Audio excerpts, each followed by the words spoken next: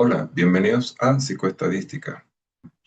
La planificación es la clave del éxito. Sueño, haz que suceda. Bienvenidos a nuestra Universidad Bicentenaria de Aragua y a nuestra cátedra de Psicoestadística en lo que respecta a los núcleos temáticos número 3 y 4. Esta primera parte del video hablaremos del núcleo temático 3. Mi nombre es Osvar Carvajal y les doy una cordial bienvenida nuevamente. En este video iniciaremos con el plan de evaluación del curso, la bibliografía recomendada. Veremos la segunda parte de lo que fue el video pasado de la tabla de distribución de frecuencias que les había comentado que era un núcleo temático muy extenso y de muchas metodologías. Vamos a ver las metodologías tal vez un poco más complejas en este modelo ahorita. Y procederemos luego a ver lo que corresponde a la unidad temática número 4. Esa unidad temática número 4 habla de procesamiento estadístico de datos y por último hablaremos de la actividad sumativa número 2. Probablemente debido al extenso de lo que es la unidad temática 3, algunas partes sencillas las dejaré para la lectura, lo comunicaré. La parte más compleja sí la daré. Todas las láminas están hechas o todos los procedimientos están hechos en forma muy sencilla para que ustedes lo puedan entender y desarrollar como tal. El plan de evaluación de curso, estamos en la clase en vivo número 2. Repito, hablaremos de la sumativa 2, que es un cuestionario como evidencia de aprendizaje. Se utiliza como instrumento de evaluación en el registro de observación y vale el 50% de la nota. Con el 50% de la rúbrica anterior que corresponde a la sumativa número 1, que es un informe de investigación, completamos el 100% de la nota del periodo. La bibliografía recomendada está acá. Por favor, vengo a corregir exámenes ahorita a toneladas y ya los estudiantes como que entraron un poquito en razón de que deben aprender y no copiarse. Estamos utilizando la inteligencia artificial bajo la excusa de que es una herramienta de estudio y simplemente hacen copy y pega. Ahí no hay aprendizaje. Reitero, para mi materia, no utilizar inteligencia artificial. Van a ver que los ejercicios de la sumativa son ejercicios muy sencillos porque, reitero, me interesa que aprendan los conceptos, que aprendan a realizar el paso a paso, no que me utilicen una fórmula de Excel que les da el mismo cálculo, no, aprendan a hacer el cálculo, ¿de acuerdo? Y después lo pueden hacer como ustedes deseen, pero en esta materia lo que me interesa es afianzar conocimiento, que ustedes aprendan. Esa es la intención. La competencia específica de esta segunda parte de la tabla de distribución de frecuencia busca calcular medidas de tendencia central, dispersión y correlación como elementos fundamentales de estudio de las variables psicológicas para informar los resultados de la investigación realizada. Esta unidad temática, en su segunda parte, hablaremos del coeficiente de correlación de Pearson, de la prueba chi cuadrado, del coeficiente phi, del coeficiente C, de asimetría y kurtosis y otros temas intermedios que tenemos por allí, como percentiles y cuartiles. Una de las medidas que se utiliza mucho a nivel de test psicológico es el concepto del percentil. El percentil es una medida, mm, se habla de posición no central, que lo que hace es dividir un grupo de elementos, un grupo de datos, en un porcentaje. Y ese porcentaje entonces nos permite determinar cuántos elementos han alcanzado una característica o no. Aquí decimos que ese conjunto que es un conjunto de datos ordenados de menor a mayor en 100 partes iguales. Y cuando hablamos de percentil, decimos que es un número que va desde el 1 al 99, porque básicamente hacemos una referencia al 100% de un elemento. Si nosotros decimos percentil 95, estamos diciendo que el 95% de la característica que está estudiando cumple con el valor dado que está reflejado en un momento determinado. Por ejemplo, aquí tenemos, en esta gráfica que tenemos aquí al lado, que percentil 25, como se le denomina, corresponde al valor que deja un 25% de los datos de la izquierda de la distribución. Quiere decir que si yo tenía acá 100% de datos de una distribución, cuando yo hablo del percentil 25, me considera nada más este 25% de los datos que estoy midiendo en un momento determinado. Si hablo de percentil 75, será el 75% de los datos. ¿Esto cómo lo leo? Por ejemplo, si un estudiante obtiene un puntaje que lo ubica en un percentil 90 en una prueba de atención selectiva, significa que su rendimiento supera al 90% de la población de estándar. Quiere decir que él está por encima de los demás. El cálculo del percentil se realiza a través de esta fórmula que tenemos acá, K por N más 1 sobre 100 o K por N sobre 100, eh, dependiendo de qué, del tamaño de la muestra en un momento determinado. Aquí en esta tablita tenemos que si los grupos son pequeños, utilizamos la expresión K por N más 1 entre el número de divisores. En este caso, estamos utilizando base 100, sería 100. Y para grupos grandes se utiliza K por N sobre el número de divisores. N representa el número total de tamaño de la muestra. Si el resultado de la oposición a un número decimal, se suele realizar una interpolación lineal entre los dos valores enteros más cercanos para tener el valor más exacto del percentil. Esto porque el percentil trabaja con valores exactos. Si el percentil que vamos a calcular es para datos agrupados, utilizamos la expresión un poquito que se ve acá, un poquito compleja, donde LI es el límite inferior del intervalo, K es el percentil que se desea calcular, por ejemplo, 25, 75, 90, que son valores usuales. N el tamaño de la muestra. Fi menos 1 es la frecuencia acumulada del intervalo anterior. Fi es la frecuencia absoluta en el intervalo o el percentil que estoy estudiando. Y A es la amplitud del intervalo. Todos estos conceptos que están acá de frecuencia y de amplitud lo vimos en la clase pasada, lo doy por hecho. Entonces, lo que tenemos es una expresión acá para calcular el percentil. Hay un caso particular de los percentiles que se llaman los cuartiles. Los cuartiles son el percentil 25, el percentil 50 y el percentil 75. Son como valores usuales o de estudio continuo. Quiero saber cómo se comportan ante el 25% de los valores de una característica dada o al 50%, a la mitad, o un 75%. Sin embargo, se puede estudiar cualquier valor.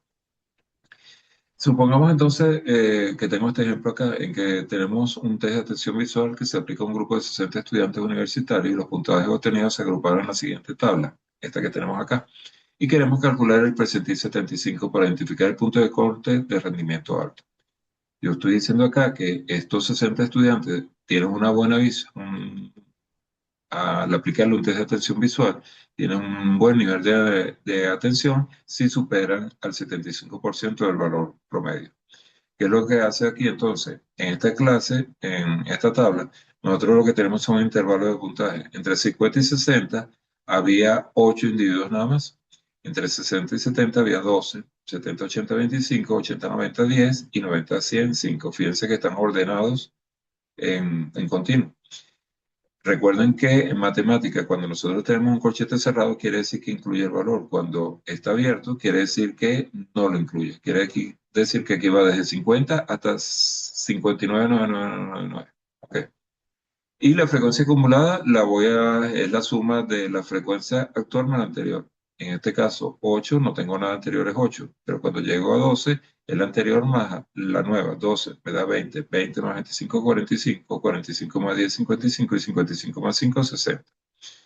Entonces, lo primero que calculamos es la posición teórica. Buscamos qué posición representa el 75%. Como el valor es grande, utilizamos la fórmula de n que habíamos visto acá. Esta que está acá, K por N entre el número de divisores. 75 por N, que vale 60, los datos de los estudiantes, entre 100, porque es base 100. Eso me da P45. Luego con P45 busco el intervalo del percentil en que está cayendo esa frecuencia acumulada. ¿Ok? Si nosotros observamos en la tabla, en el intervalo 70-80, 45 está coincidiendo justamente con la frecuencia acumulada. Casualidad, no necesariamente es así. Y este se convierte entonces en nuestro intervalo objetivo. Para extraer los datos de la tabla, entonces, repito la tabla acá para mayor visualización, simplemente determino los valores de la fórmula que tenía anteriormente, donde LI es 70, es el límite superior del intervalo, el límite inferior, perdón, del intervalo, 70. Fi más 1 es la frecuencia del intervalo anterior, acumulada, 20. Fi es la frecuencia de este intervalo, 25. A, la amplitud, La amplitud se obtiene, recuerden, restando la longitud del intervalo. 80 menos 70 me da 10. Eso es la amplitud. Y luego sustituyo los valores en la fórmula. Cuando yo sustituyo estos valores en esta fórmula, me queda que el percentil 75 es igual a 80. ¿Cómo lo interpreto? Esto significa que el 75% de los alumnos obtuvo un puntaje igual o inferior a 80 puntos en la prueba de atención y solo un 25% superó esa marca. Eso es un valor que me indica a mí cómo es el comportamiento de mi estudio. Y esto lo puedo aplicar en cualquier nivel de estudio. Repito, la frecuencia, los percentiles son muy utilizados en el campo de la psicología. Luego entramos en un concepto un poquito más complejo que se llama coeficiente de asimetría. El coeficiente de asimetría, también conocido como phi o coeficiente de Fisher, es una medida de estadística que determina el grado de simetría o la falta de simetría que presenta una distribución respecto a su media aritmética. Si nosotros vemos esta gráfica acá, esta curva es una curva simétrica cuya media es este valor rojo que vemos acá.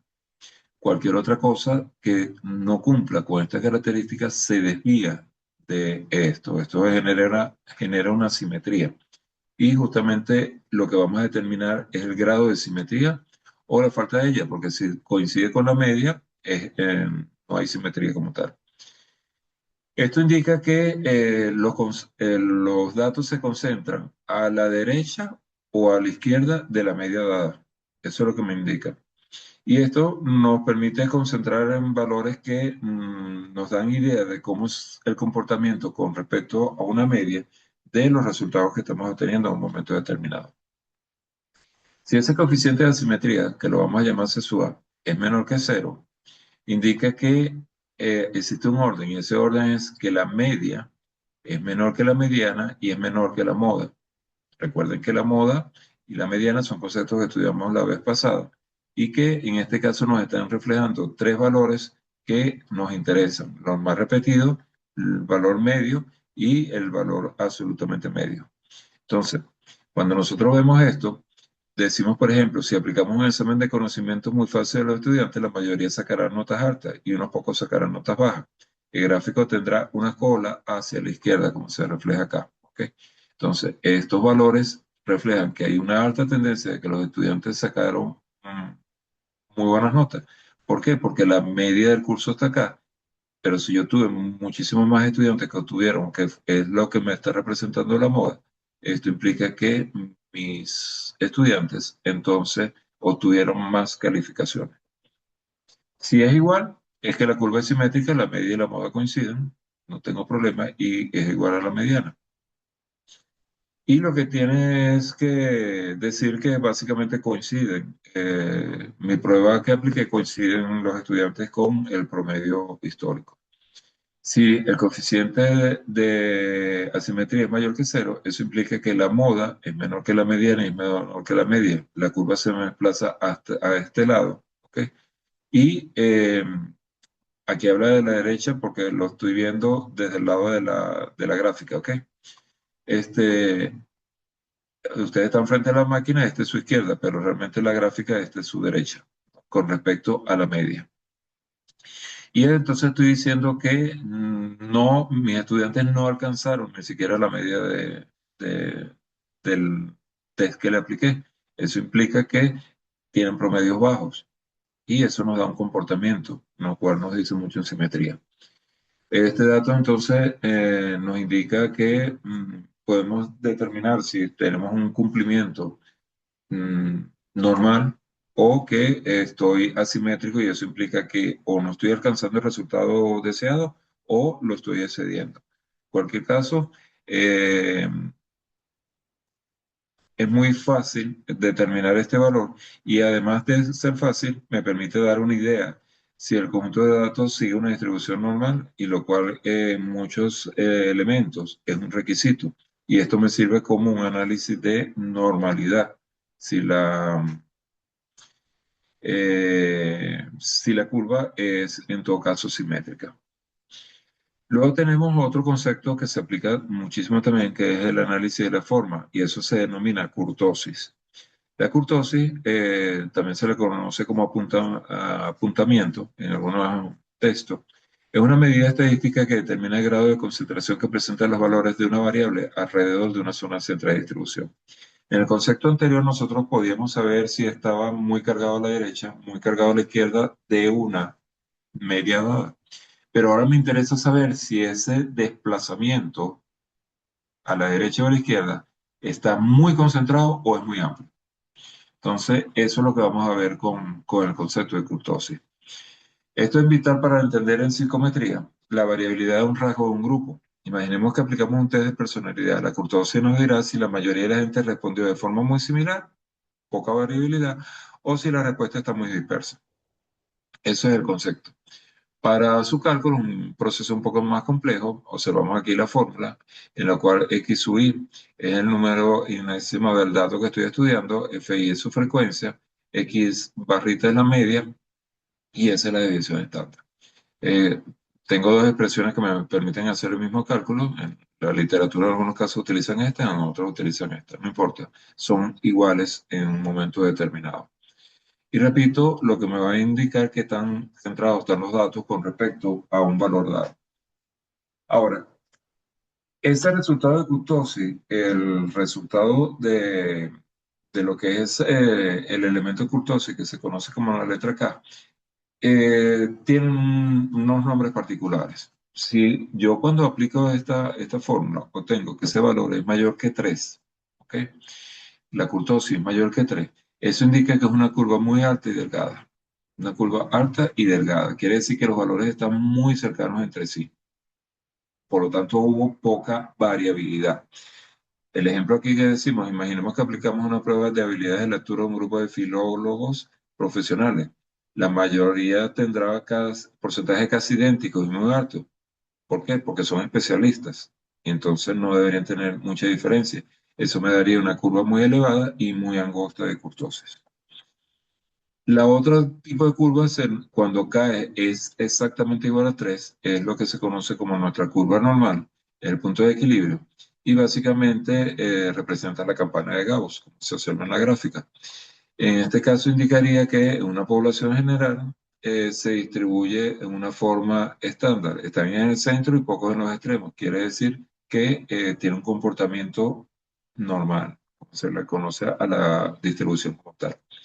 Ahora, si es menor que 3 la kurtosis, eso se denomina platicúrtica y es una curva achatada. Es una curva en la cual el valor central disminuye y se aplana la curva y entonces tengo mayor variabilidad. En un ejemplo de psicología, si evaluamos a nivel de interés en el cine, en un grupo de personas elegidas al azar en la calle, encontraremos de todo género de personas, unos con interés nulo, que no les gusta, que no quieren, no les interesa. Otro nivel bajo, otro nivel medio, otro alto y extremo. Pero no hay un grupo que domine el otro. Eso es lo que representa una curva platicúrtica. Ahora, cuando acá lo vemos mejor, fíjense que si es mayor que 0 la kurtosis o que 3, el valor acá es un pico muy dirigido que concentra mucho los valores. Si es mesocúrtica es menos prolongada y si es platicúrtica es más achatada porque existe mayor variabilidad. ¿Ok? Em, Aquí les doy un primer dato para aquellos que utilizan programas estadísticos. El software estadístico como SPS o Excel a veces llaman la kurtosis excedente, donde se resalta 3 el resultado y entonces observamos que hablan de valores iguales a 0, menor que 0, mayor que 0. Es simplemente una referencia a un estándar que implicaría un valor comparativo con respecto a una curva normal. Lo pueden ver en esos ambos conceptos. Hay que estar claro en cuál estamos utilizando. Eh, por ejemplo, vamos a ver un ejemplo acá. Si tenemos una evaluación de empatía en tres grupos distintos, el puntaje de un test de empatía va de una escala de 0 a 50 y con promedio de los tres grupos, 25 puntos, vamos a estudiar un primer caso. Si la distribución es leptocúrtica, o sea que cada vez mayor que 3, El resultado es que casi todos los aspirantes obtienen un porcentaje de 23 puntos a 27 puntos. Esto, repito, es un ejemplo. Estamos poniendo algunos valores simplemente para entender. Esto implica que grupos muy homogéneos, como el perfil de ingreso, ya requiere una alta sensibilidad social, no hay mucha diferencia entre los sujetos. El gráfico se ve con un pico muy elevado. Si es mesocúrtica, en el cual K es igual a 3, por ejemplo, que tomamos estudiantes de la Facultad de Ingeniería totalmente al azar y encontraremos que algunos tienen poca empatía, otros mucha, pero la mayoría se sitúa en el promedio.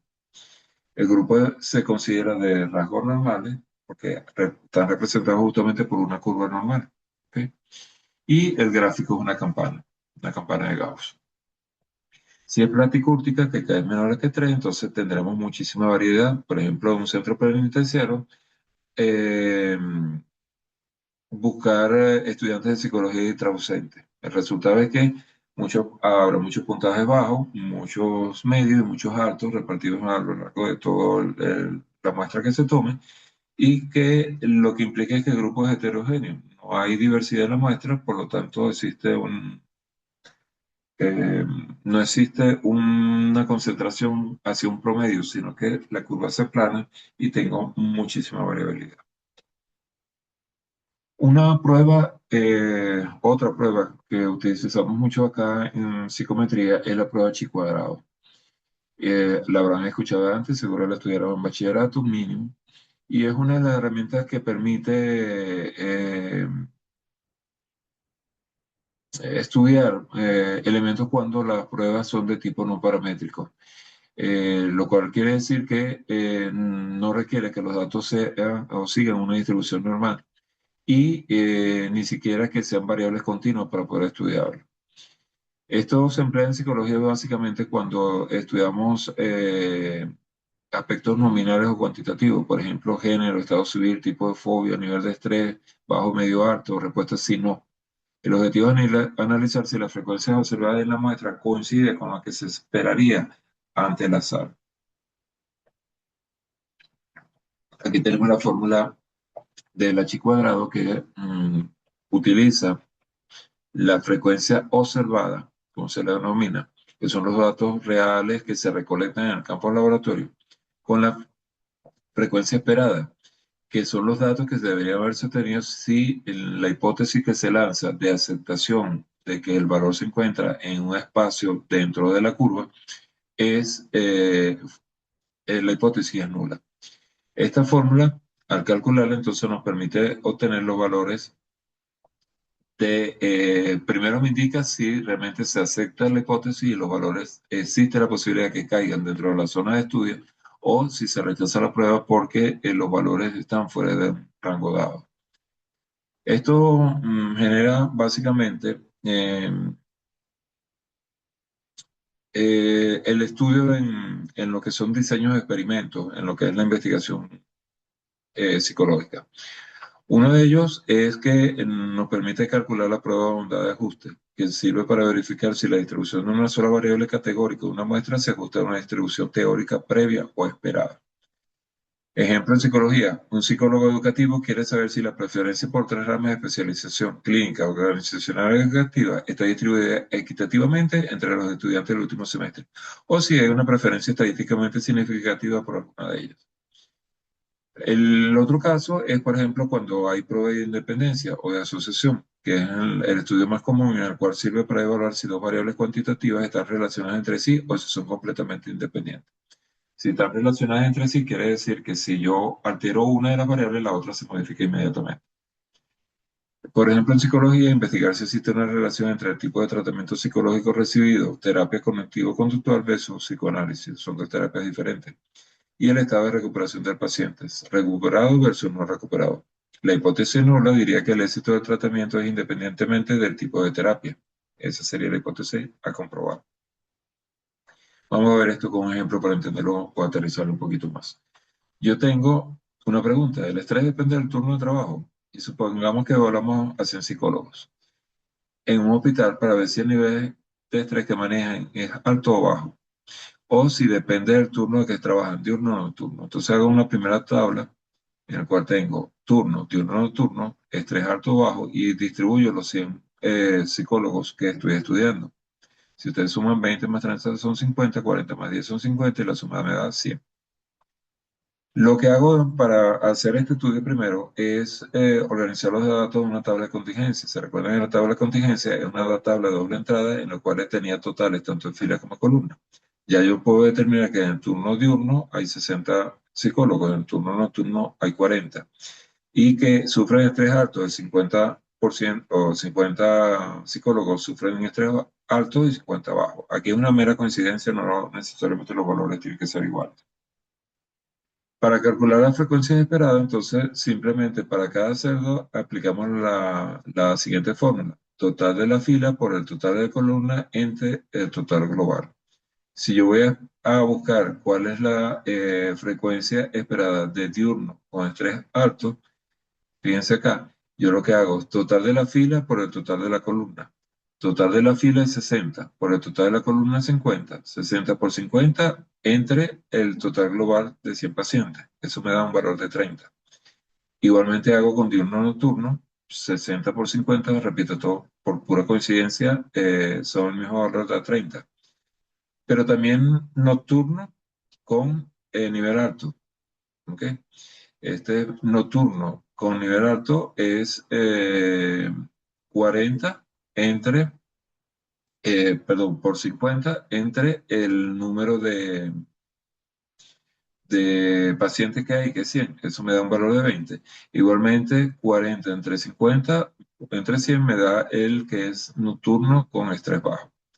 Con estos valores ahora, yo lo que voy a hacer es aplicar, lo copié nuevamente acá para poderlo referenciar, aplicamos la fórmula de H cuadrado. Voy a calcular cada uno de estos elementos que voy a hacer sumatoria. Lo hago, me olvido de la sumatoria y lo voy a calcular uno a uno. Yo el primer elemento que tengo es, me dice la observada. ¿Cuál es la observada? La observada es 20. ¿Ok? En este caso. Si yo 20 le resto la esperada de ese turno diurno alto. Diurno alto vale 30. Si a 20 le resto 30 y lo divido entre 30, que es lo que me dice la fórmula, el esperado, obtengo un valor de 3,33. Así hago con cada una de las casillas. Por ejemplo, si voy a calcular esta que está aquí, la 30, la 3. La 3 sería 30, lo que observo, de lo que corresponde al núcleo nocturno alto, 30 con lo que responde al núcleo nocturno alto por 20, o menos 20, quise decir, entre 20. Eso me da un valor de 5. Así calculo los cuatro elementos porque tengo cuatro posiciones en la tabla acá que evalúo. Sumo los elementos 333 más 333 más 5 más 5 y eso me da 1666. Ahora voy a interpretar si ese valor 1666 es un valor grande o pequeño. Para ello, voy a determinar lo que se denominan grados de libertad. Los grados de libertad es la fila menos 1 por la columna menos 1. En este caso, yo tengo dos filas y dos columnas. Dos filas y dos columnas. Esas dos filas y dos columnas, hago dos filas menos 1 y lo multiplico por dos columnas menos 1. Al final me queda 2 menos 1, 1, 2 menos 1, 1, me da un valor de 1. ¿Eso qué significa entonces ahora?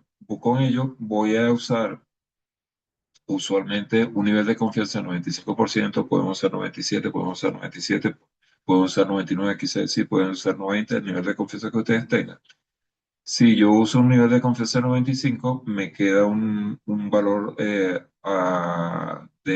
posibilidad de error de un 5% y eso lo busco en una tabla de distribución de chi cuadrado. No recuerdo si aquí les puse la tabla de chi cuadrado con los grados de libertad. En la siguiente lámina los tiene. Si yo tengo un grado de libertad 1 y un nivel de confianza de 95%, o sea que el alfa, la posibilidad de cometer errores es 5%, lo veo acá el valor. Estas son tablas ya dadas estadísticamente. Para un nivel de confianza de 99%, en el cual me queda un 1% de probabilidad de error, el factor se eleva notablemente al doble prácticamente. Con ese valor, nosotros vamos a hacer lo siguiente. Buscamos la tabla de distribución con grado de libertad y 0,5. Ya vimos que el valor crítico es 3,84. Ok, para una tabla de 2 por 2 con un grado de libertad 1 y un nivel de confianza 91 vale 3,84. Le dejo esta tabla que tiene algunos valores usuales a utilizar. Ese valor 3,84 es el que yo voy a comparar con el resultado que obtuve anteriormente, 16. La chi cuadrado que yo calculé es mayor que la de la tabla. Eso implica que hay una relación. Si el valor que yo tengo de la tabla del esperado contra el valor que tuve en fórmula es superior, hay una relación entre las variables. En este caso, la interpretación sería, existe una relación significativa entre el turno de trabajo y el nivel de estrés.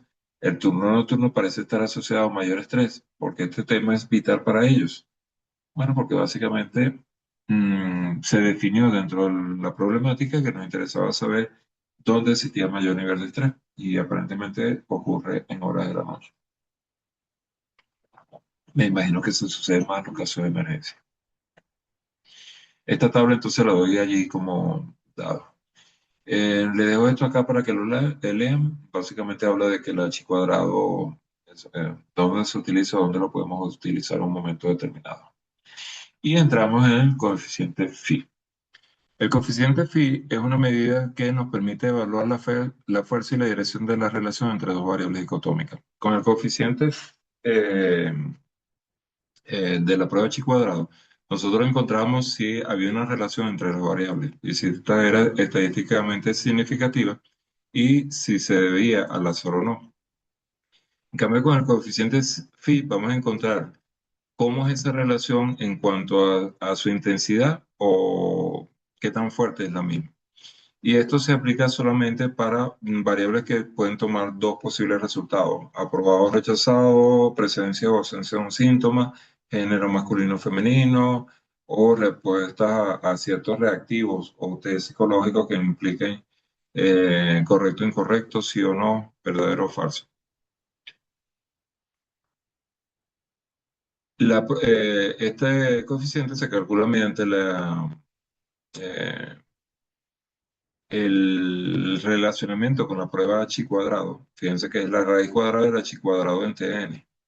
Y esto se hace entonces para pruebas en las cuales tenemos tablas de contingencia de 2 por 2 como la que vimos en el ejemplo pasado. ¿Ok? Esta fórmula tiene una fórmula un poquito más compleja de encontrarse, que es esta que tengo acá. No es que sea más compleja, sino que ya incluye en cierta forma el desarrollo de la chi cuadrado. En la fórmula anterior nosotros tenemos que calcular el chi cuadrado para luego poder calcular el coeficiente de phi. Si no quiero pasar por la cálculo de la prueba de chi cuadrado, fíjense que en esta tabla de 2 por 2 pusimos los elementos con un nombre. A corresponde a la categoría Y1 y X1. C corresponde a la categoría Y2 con X1 y así sucesivamente. Tenemos los totales de fila y columna descritos. Y la fórmula anterior que vimos acá, te repito, utiliza el h cuadrado. En este caso no utilizamos el h cuadrado, sino que utilizamos los valores de la tabla de contingencia. Y en cierta forma, un cálculo directo.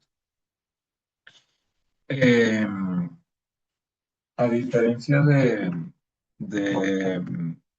de la varianza, el coeficiente de phi tiene un rango fijo, lo que lo hace muy fácil de interpretar. Este valor de phi, si está cercano a 0,10, quiere decir que existe una relación pequeña. Si es cercano a 0,30, la relación es mediana o moderada.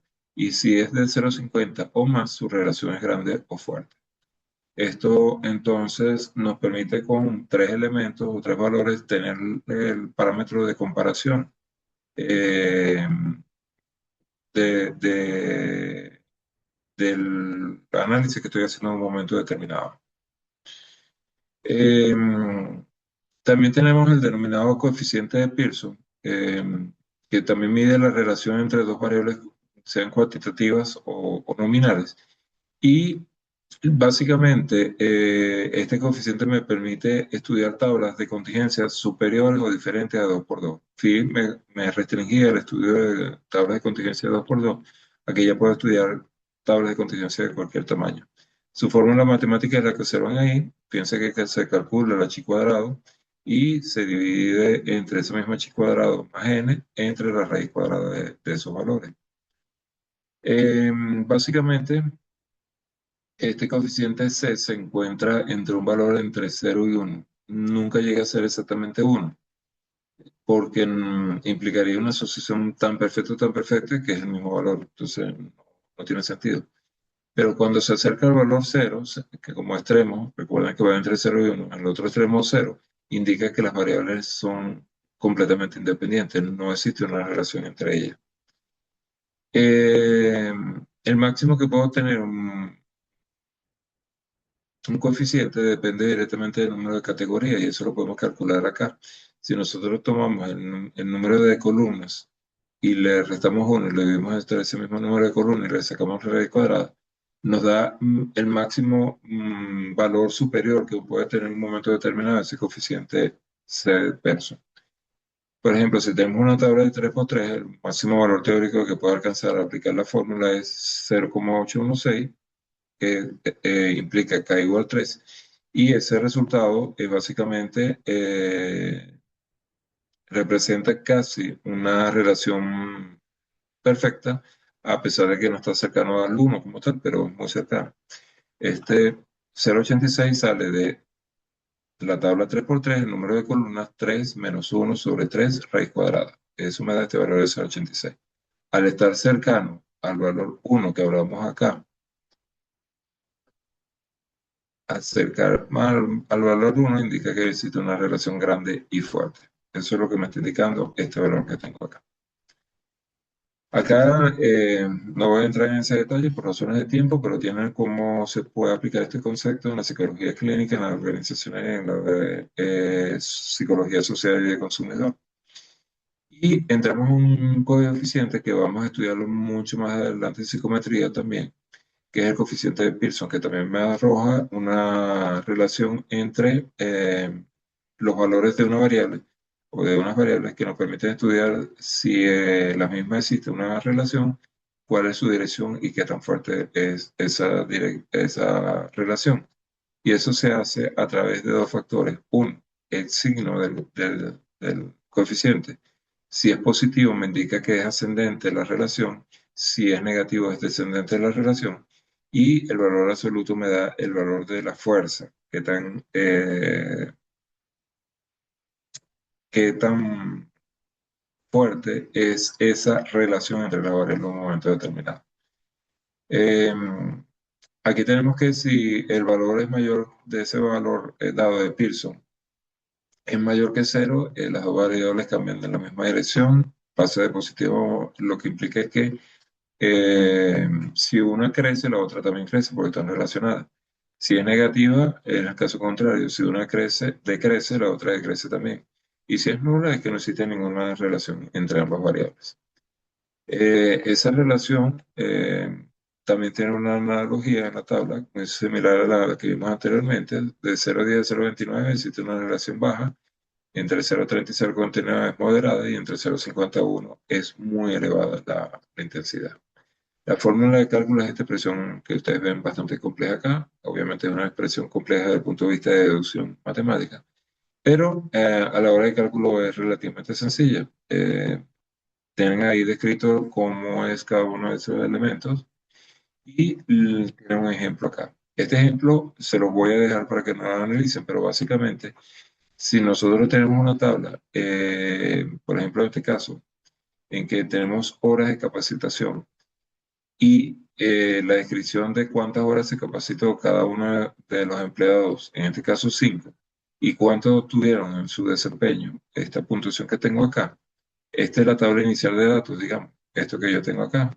Lo que hago es expandir en columna, sumo los valores y luego, fíjense que todos los valores que están acá dependen de un valor X, un valor Y, un valor X, un valor Y o el producto de ambos, ¿ok? Para poder resolver esta fórmula. Bueno, yo a una de las variables, en este caso ahora le asigné el nombre de variable X, al desempeño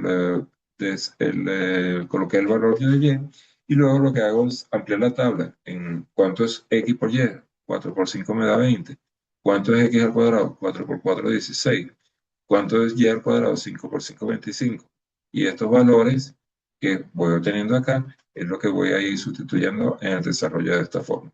Se lo dejo para que lo comprueben, pero básicamente ese es el proceso. Con ello terminamos la parte bastante compleja de lo que son los métodos. Obviamente vieron que los métodos gradualmente se van haciendo más complejos.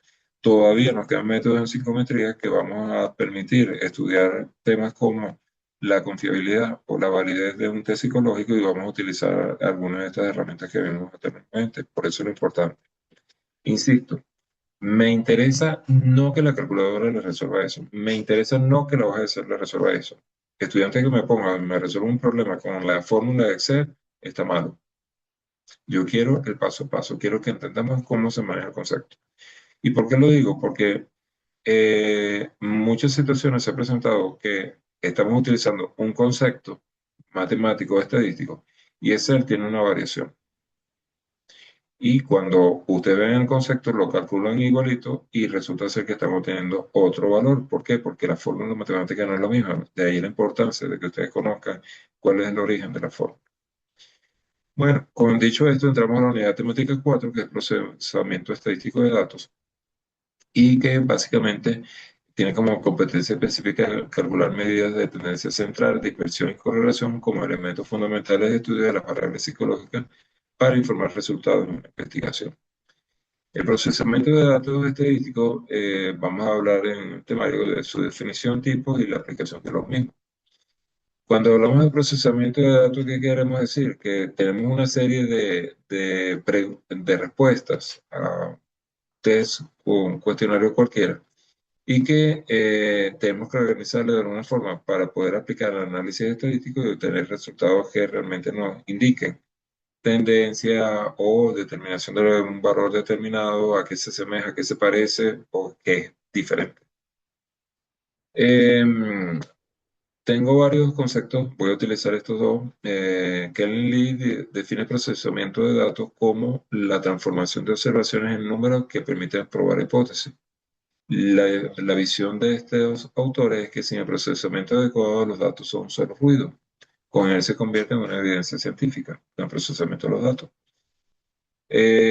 San Martín y Garabel nos dicen que el procesamiento de datos es el uso de instrumentos, principalmente ordenadores, para verificar la consistencia, comprobación de rango y almacenamiento sistemático de unos datos.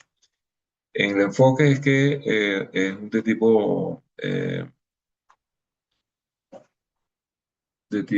disculpen, eh, de tipo de análisis instrumental y de conversión de información verbal en datos legibles por máquinas. Es lo que utilizan ellos.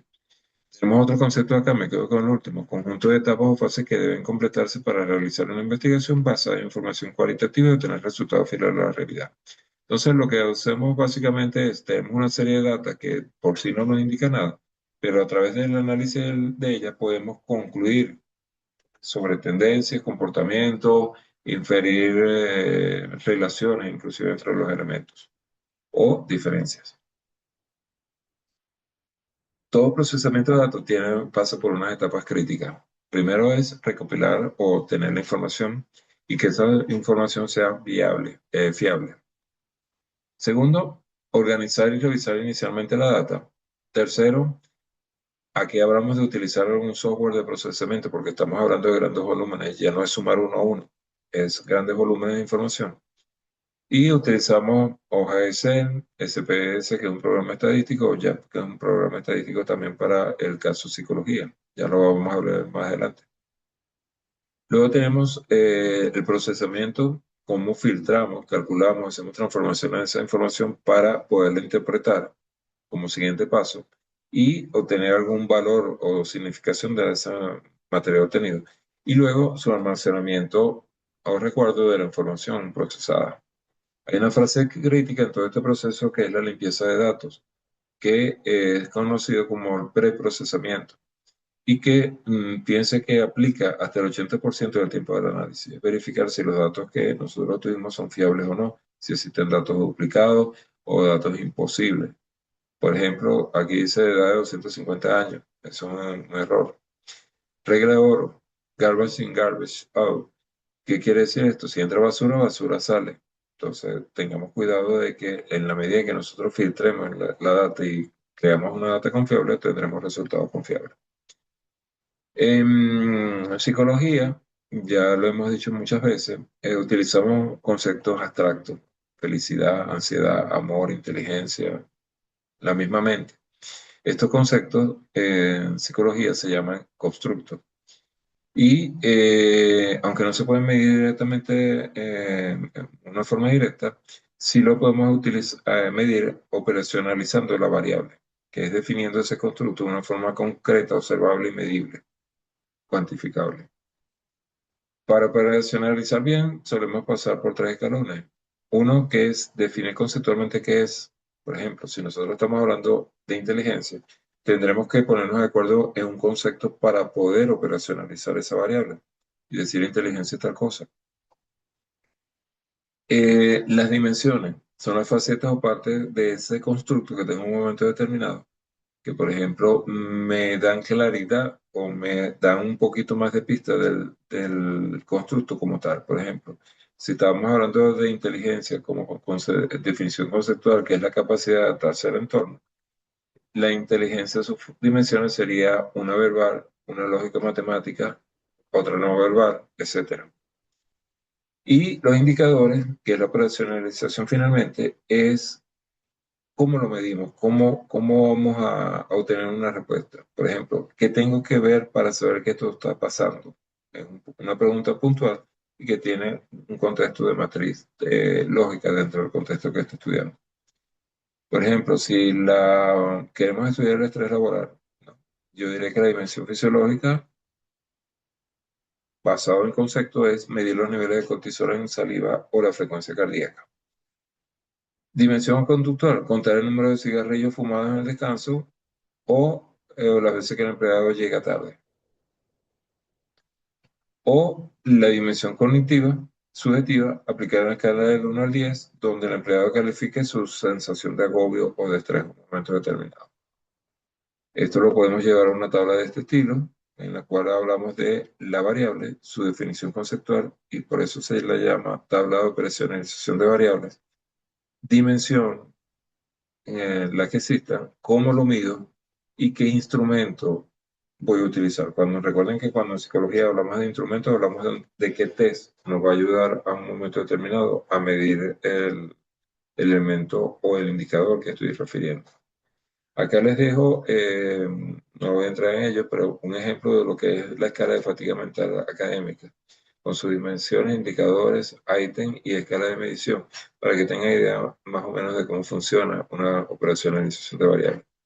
¿Por qué es tan importante? Porque si nosotros no operacionalizamos una variable, no nos vamos a poner nunca de acuerdo en cuando hablemos de ese concepto. Aquí habla de amor. Uno dice aquí que lo quiere medir por besos por hora y otro dice, no, yo lo voy a medir por el nivel de oxitocina del individuo. Pero si no nos podemos de acuerdo en cómo lo hacemos, eso lo hacemos a través de la operacionalización de variables.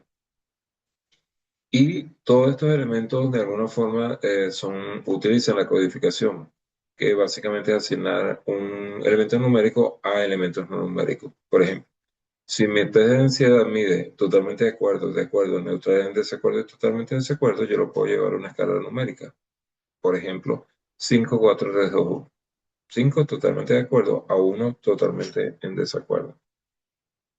Esto, esto trae una serie de consideraciones éticas porque cuando nosotros manipulamos data, se puede prestar a que cejemos adrede o inconscientemente la data. ¿Me explico? Hay muchas veces que queremos ver un fantasma y lo vamos a ver, porque tengo la necesidad de verlo. De eso se trata. Si yo la data estoy esperando un resultado, muy probablemente inconscientemente yo dirija a descartar valores que van en contra de ese principio. Entonces, la data primero se tiene que ser confidencial porque el paciente que me está suministrando datos, los pacientes, debe estar plenamente confiado en que su data va a ser utilizada en forma adecuada y no pública, si no lo autoriza. Y que no se forza a un resultado como tal. Aquí hay unos software recomendados para el área de psicología, tal JABS y Jamoji, que son software libres que están en la red, lo podemos utilizar para estudiar estos procesamientos de data. Uno de los más históricos y tremendo programas es el SPSS. Es un software de estadístico, pero muy utilizado en la industria. Por lo bajo de ser que es más básico para la complejidad de los análisis que manejan las otras. Con ello terminamos entonces lo que es el núcleo temático 1 y 2 y vamos a nuestra actividad sumativa 2, perdón, que ya se sabe que es un cuestionario. Deben consultar el material que está en el sistema, más este video, leer cada una de las preguntas de forma adecuada, administración tiempo en forma adecuada. Recuerden que tienen 1 hora para resolver 10 preguntas y deben revisar las respuestas antes de enviarlas. La ponderación máxima ya lo dijimos, 50%, el incremento de evaluación, el registro de observación, y recuerden que tienen hasta 3 intentos para responder una pregunta. La fecha de entrega va del 11 de julio al 3 de agosto, no lo dejen a última hora, por favor, hay demasiados problemas de internet, demasiado. Esto ha sido la locura en las últimas semanas. Así que por favor, plantéense cerrarlo antes de este próximo mes también, cosa de que puedan subir su trabajo en forma adecuada. Cualquier duda o pregunta, esta es la última clase en vivo, ya se me acabaron. Nos queda en el foro de dudas y la mensajería, que estoy completamente a su orden.